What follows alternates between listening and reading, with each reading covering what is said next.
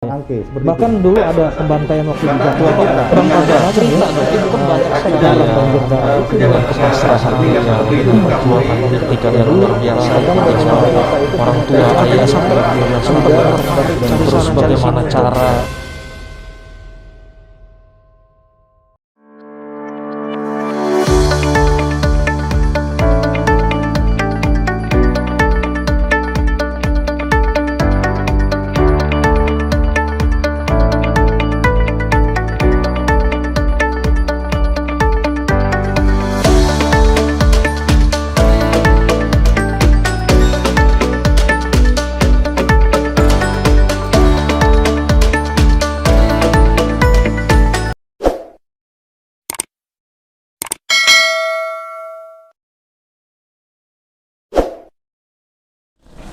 Assalamualaikum warahmatullahi wabarakatuh.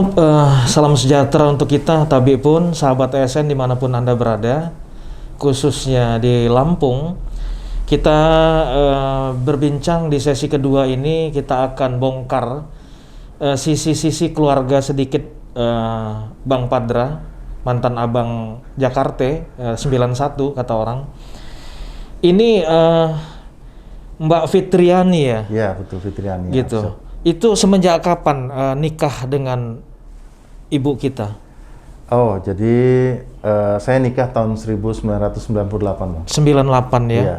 Oke. Jadi kalau 2 tahun setelah ini ya? Iya, setelah saya dilantik, dilantik. menjadi anggota Polri tahun 96, kemudian tahun 98 saya nikah tahun 98. Iya, iya. Pas kebetulan tahun 98 itu ada kerusuhan Mei 98. Oke, luar biasa. Itu benar-benar Iya, itu. iya. Jadi it's Bahkan politik. saya lihat itu pernah jadi tim pencari fakta. Iya, betul. Justru salah itu. satu. Iya. Jadi pada saat ini yang kalau dulu kita tahun 98 itu saya berkeinginan kalau bisa, kan dulu kita masih gabung masalah di angkatan ABRI Iya, pada iya, saat itu. betul, Saya betul. berkeinginan pada saat itu saya nikah itu kalau bisa di bulan April.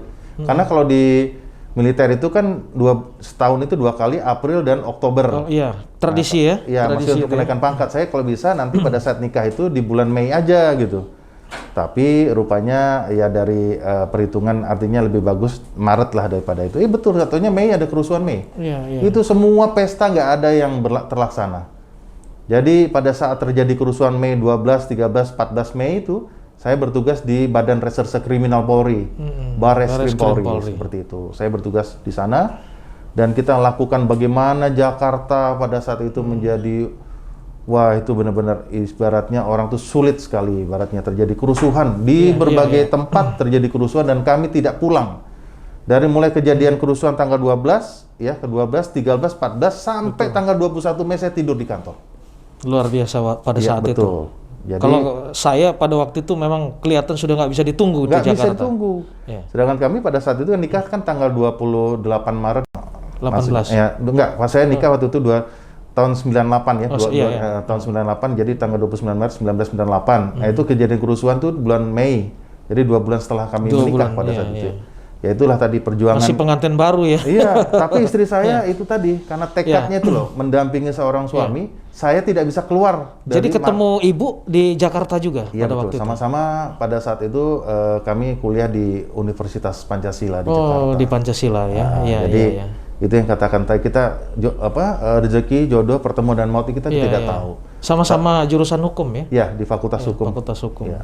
Jadi itu yang menjadi pengorbanan istri saya pada saat itu, apalagi pengantin baru, Iya. dia harus mengantarkan baju salinan dan pakaian baju iya, harus ganti, pakaian pakaian salin ganti ya. harus mengantar ke Mabes Polri pada saat Iya, itu. iya, iya. Sedangkan di jalan tol di depan, saya kebetulan tinggalnya di daerah Jakarta Timur, di daerah Rawamangun. Itu kan ada tol Rawamangun tuh, Bang. Betul. Jadi di pintu tol itu sudah banyak penjara-penjara itu. Wah, Jadi kalau misalnya di pintu tol itu nggak ada yang jaga lagi. bahkan saya ngalami itu, kulkas segala itu digotongin itu. Chaos kan? Ya, saya di percetakan Jadi- negara pada saat itu. Jadi istri saya pada saat itu ya betul-betul Iya. begitu sampai di pintu tol itu sempat berhenti itu langsung terabas saja. Iya, Begitulah ibaratnya kecintaannya terhadap apa namanya soal suami ya, pengabdian itu yang saya cukup salut lah ibaratnya. Seperti itulah pengorbanan. Nah, Ya. terus ini ada 3 putra ya? Iya, putra. 3 putra. Iya betul, lahir tahun 2001, 2003 dan 2004. Sekarang anak yang tua sedang apa? Anak saya yang pertama Reski Arsyad itu Iya. kuliah di Universitas Lampung. di Fakultas Kedokteran udah semester 4 di ya. Unila sini. Ya, betul. Yang nomor 2 baru saja tamat SMA, sedang mempersiapkan diri untuk masuk mengikuti jejak ayahnya konon katanya. Alhamdulillah ya, ada generasi penerus nih.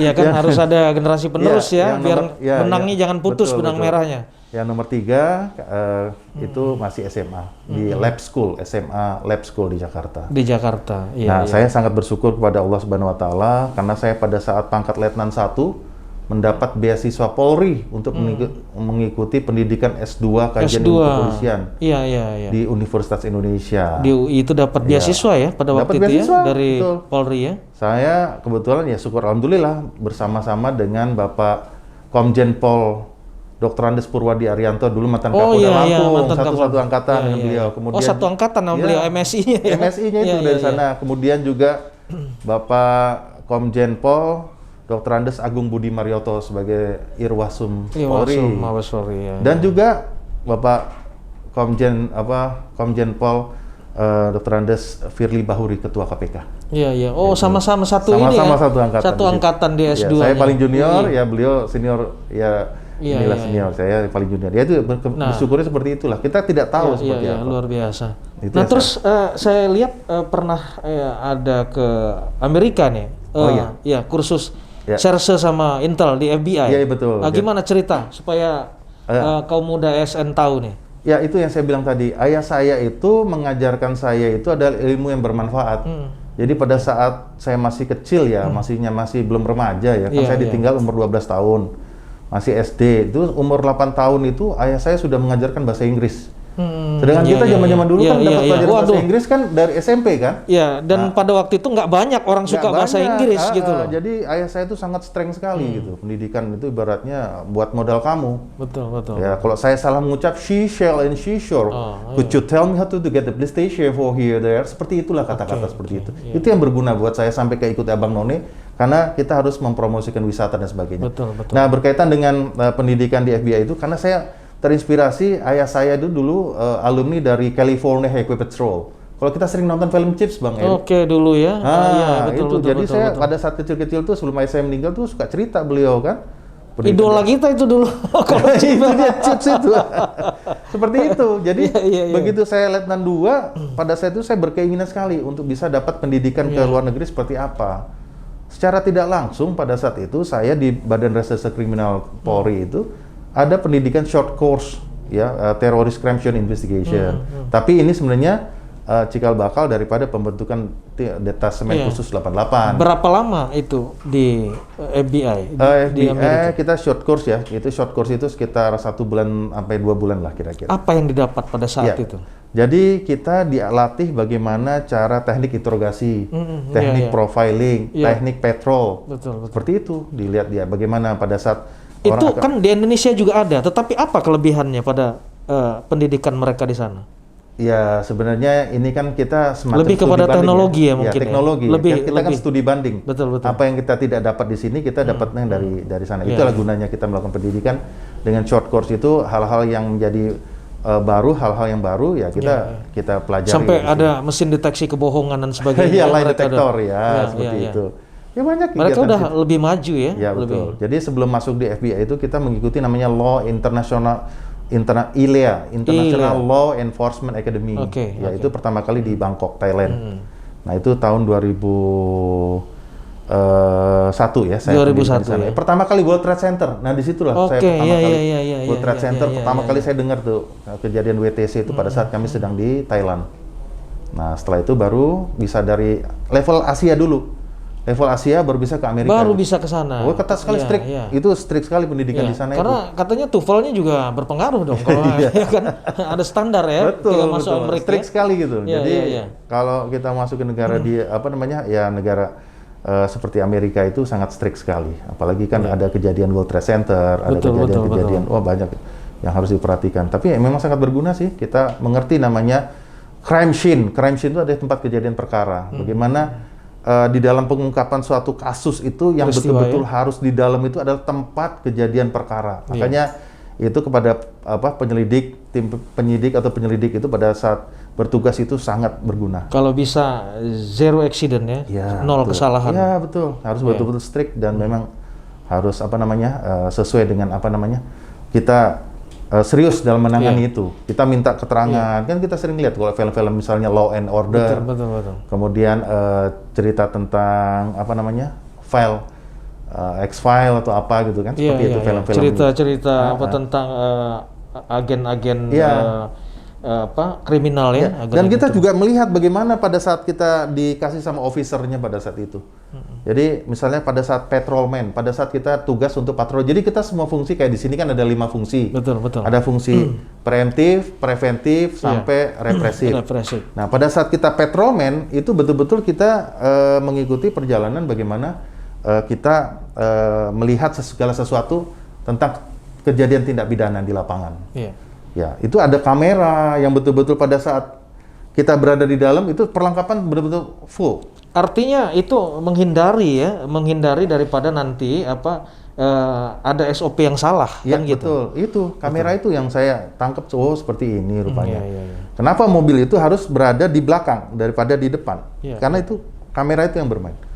Yang akan menjadikan namanya evidence nantinya. Tapi bukti. Kelihatannya Indonesia sudah mulai mengarah sana sekarang. Apalagi sekarang kebijakan Bapak Kapolri, yaitu berdasarkan namanya presisi. Betul. Bapak Kapolri, Jenderal Polisi Listio Sigit Prabowo. Supaya sahabat SN tahu nih, presisinya Pak Jenderal Listio. Baik, jadi semenjak Bapak Kapolri Jenderal Polisi Listio Sigit Prabowo, SIK ya, menjabat sebagai Kepala Kepolisian Negara Republik Indonesia, beliau mengeluarkan program yang kita sebut atau yang kita ketahui disebut presisi. Presisi itu secara teknik kan berarti tepat. Ya, itu ada unsur dari 3, yaitu adalah prediktif. Jadi setiap anggota Polri harus bisa memprediktif. Jadi sekarang ini kita kemungkinan yang akan terjadi itu harus bisa memprediksi. Namanya predictive policing. Walaupun kadang-kadang di intelijen tuh nggak ada garansi untuk mempredik itu. Tapi harus membuat analisis, membuat perkiraan. Prediktif.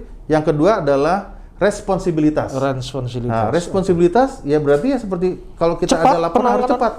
Dan terakhir ada transparansi berkeadilan, itulah presisi tersebut.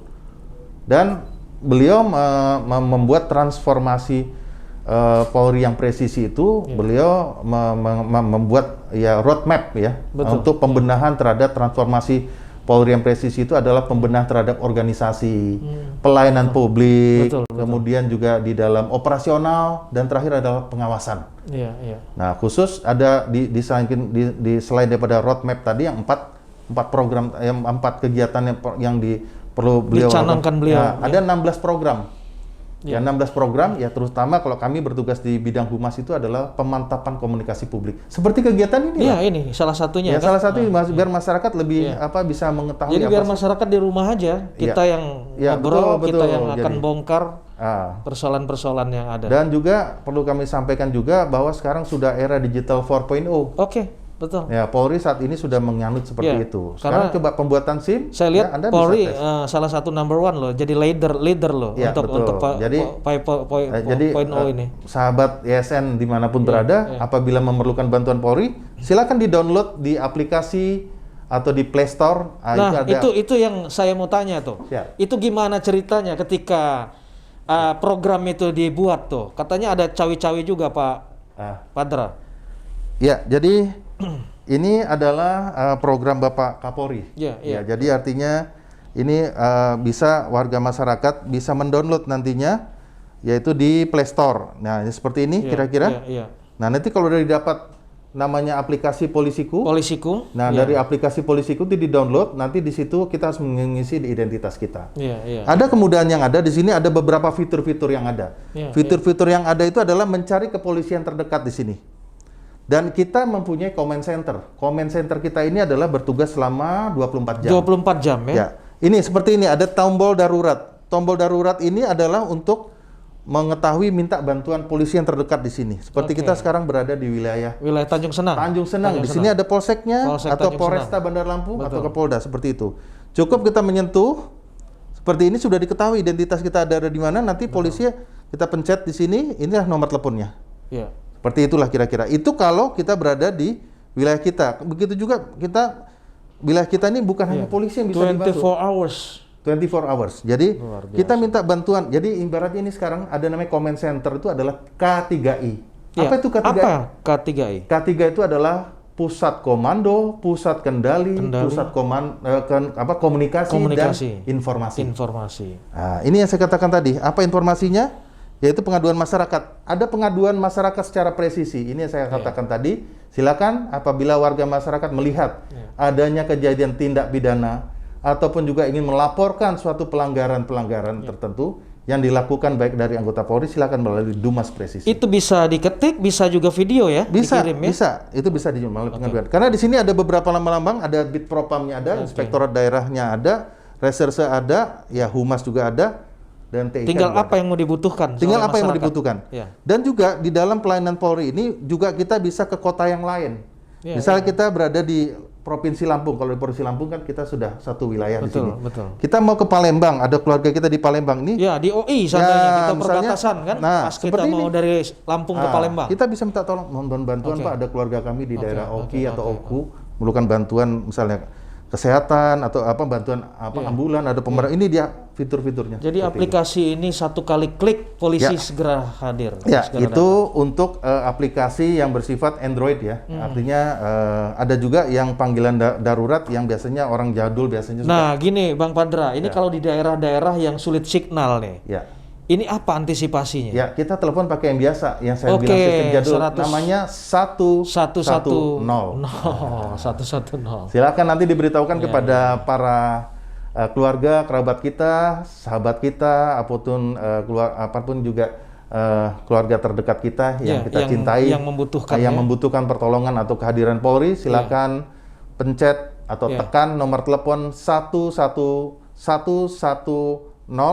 yang memang itu adalah bebas pulsa. Dan aplikasi ini aplikasi Polisiku. Ini luar biasa sahabat SN. Di sesi yang kedua itu informasi tadi dari Pak Kabid Humas Polda Lampung, Kombes Pol Zawani Padra. Itu tadi sebagai informasi kepada sahabat SN semua. Mudah-mudahan informasi itu berguna dan jangan khawatir bahwa polisi di mana-mana itu merupakan sebuah implementasi aplikasi ya, digitalisasi untuk kehadiran polisi di keluarga kita semua. Sahabat SN jangan kemana-mana, masih di Ngobrol Pintar kita di sesi yang ketiga, makanya kita akan bongkar seputar apa nanti pemikiran-pemikiran beliau untuk kaum generasi milenial. Jangan kemana-mana, masih di SN Media Podcast Ngopi Ngobrol Pintar.